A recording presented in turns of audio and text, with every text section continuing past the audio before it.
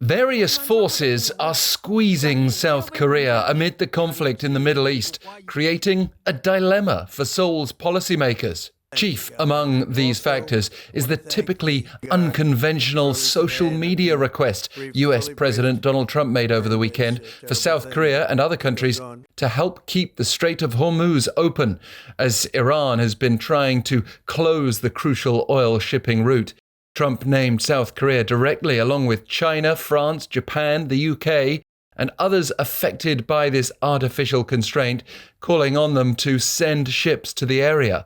Even though he also claimed the US military has already destroyed 100% of Iran's military capability, he said they can easily send a drone or two, drop a mine, or deliver a close-range missile somewhere along or in the waterway.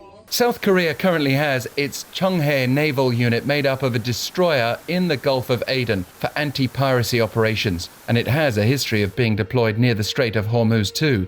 But such a move requires support and may even require parliamentary approval, as this can be seen as a deployment of troops into harm's way. There may be mixed feelings given the risks, not just to troops, but also to Seoul's balance of diplomatic relations in the Middle East. But then it seems Seoul is under strong economic pressure to do something. It relies on the Middle East for over 70% of its oil, and reopening that supply is vital. With global oil prices surging, we've just seen the South Korean currency fall past the 1,500 won level against the US dollar for the first time in 17 years. High volatility in the domestic foreign exchange and stock markets will be pressuring the government here. And on the other side of Trump's request, you've got the new Iranian leader vowing to use the blockade of the Strait of Hormuz as a lever. So the presidential office here said Sunday it will carefully deliberate its response in close consultation with Washington.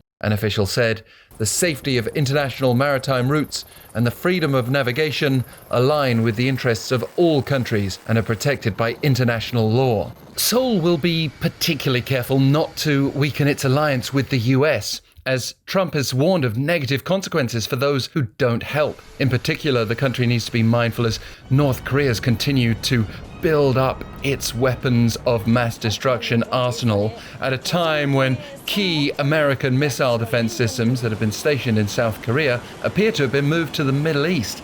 This appears to be the so-called strategic flexibility of the US becoming a reality, with Trump putting more pressure on American allies to shoulder more of their own defense burden. Trump has been quoted as saying he could delay his planned trip to China later this month due to the conflict with Iran. Meanwhile, over 200 South Korean citizens, as well as some foreign nationals, were flown to Korea from Saudi Arabia on Sunday evening, carried by a military transport aircraft, the KC-330 Cygnus multi-role aerial tanker.